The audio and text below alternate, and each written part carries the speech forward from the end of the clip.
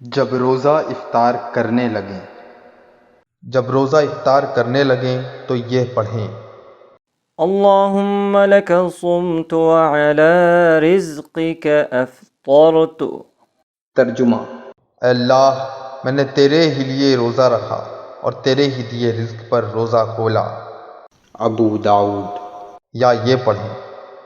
اللهم إني أسألك برحمتك التي وسعت كل شيء أن تغفر لي ذنوبي۔